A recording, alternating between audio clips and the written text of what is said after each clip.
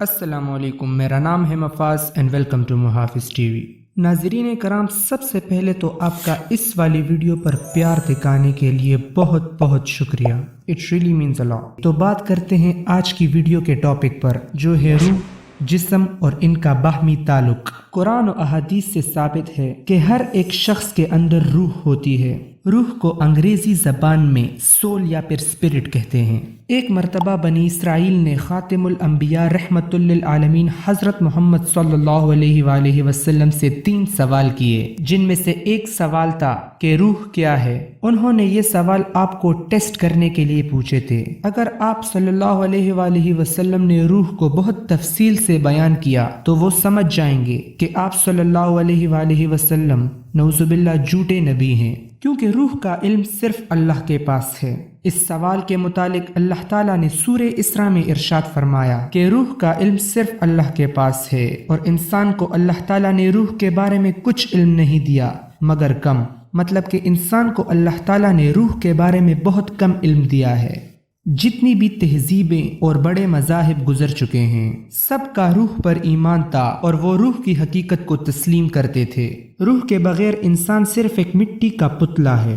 حدیث سے ثابت ہے کہ جب اللہ تعالیٰ نے آدم علیہ السلام کو کنکناتی ہوئی مٹی سے بنایا اور ابھی اس میں روح نہیں پھونکی تھی تو ابلیس آ گیا اور اس نے آدم علیہ السلام کے جسم کو کٹکھٹایا، اور وہ آدم علیہ السلام کے جسم میں ایک جانب سے داخل ہوتا اور دوسری جانب سے نکل جاتا، اور کہنے لگا کہ جس چیز میں داخل ہو سکتا ہوں اسے میں قابو کر سکتا ہوں۔ پھر اس کے بعد اللہ تعالیٰ نے آدم علیہ السلام میں اوپر سے نیچے کی طرف روح پھونک دی، تو جب آپ کی روح نتنوں تک پہنچ گئی تو آپ چینک پڑے۔ پھر جب روح منہ کے حصے تک پہنچ گئی تو آپ نے الحمدللہ کہا۔ پھر جب روح ہاتھوں تک پہنچ گئی اور ابھی تک ٹانگوں تک نہیں پہنچی تھی تو آپ نے کھڑے ہونے کی کوشش کی، جس پر اللہ تعالیٰ نے فرمایا کہ انسان کتنا جلد باز یعنی بے صبرا ہے۔ تو یہ تو حضرت آدم علیہ السلام کی روح کی تخلیق تھی۔ اللہ تعالیٰ نے حضرت آدم علیہ السلام کی روح کو خود بنایا، اور پھر خود اللہ تعالیٰ نے آدم علیہ السلام میں روح پھونک دی۔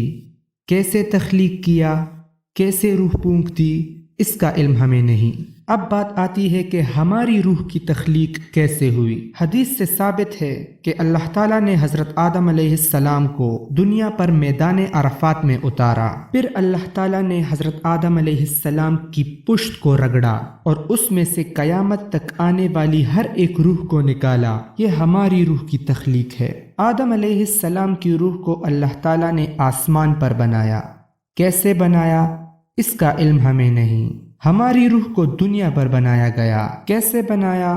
آدم علیہ السلام کی پشت سے بنایا، یا پھر ہم کہہ سکتے ہیں کہ آدم علیہ السلام کی روح سے ہمیں بنایا۔ تو ہم سب کی روحانی پیدائش عرفات پر ہوئی، اور جسمانی پیدائش وہاں پر ہوئی جہاں ہماری ماں نے ہمیں جنما۔ پھر اللہ تعالیٰ نے ساری روحوں کو اپنے سامنے جمع کیا اور ان سے سوال کیا کہ آیا میں تمہارا رب نہیں؟ تو ہم سب کی روحوں نے جواب دیا کیوں نہیں، یعنی کہ ہم سب کی روحوں نے جواب دیا کہ آپ ہی ہمارے رب ہیں۔ اس کے بعد اگلا سوال یہ آتا ہے کہ اس واقعے کے بعد ہمارے جسمانی پیدائش تک روح کہاں موجود ہوتی ہے؟ تو اس کا ہمارے پاس کوئی جواب نہیں ہے۔ ابن مسعود نے فرمایا کہ بچے کا ماں کے پیٹ میں ایک خاص مدت گزارنے کے بعد آسمان سے فرشتے اس کی روح کو لے کر اترتے ہیں اور اللہ تعالیٰ کے حکم سے اس بچے میں اس کی روح کو پھونک دیتے ہیں۔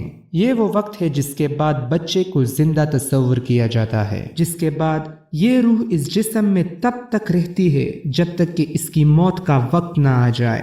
یعنی کہ یہ جو روح اور جسم کا تعلق ہے یہ اس وقت سے لے کے اس شخص کی موت تک قائم رہتا ہے۔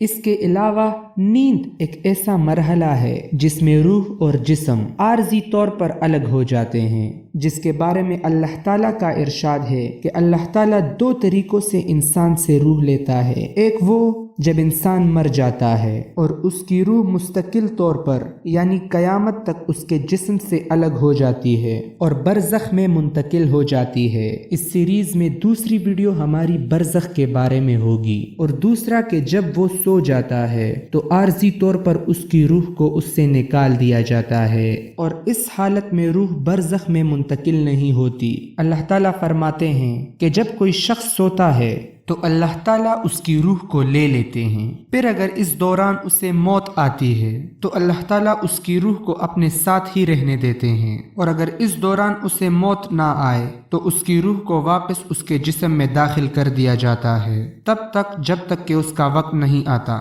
ابن القیم نے اپنی کتاب الروح میں جسم اور روح کے تعلق کو ایک نہ دکھنے والے باریک سے داغے سے تشبیہ دی ہے۔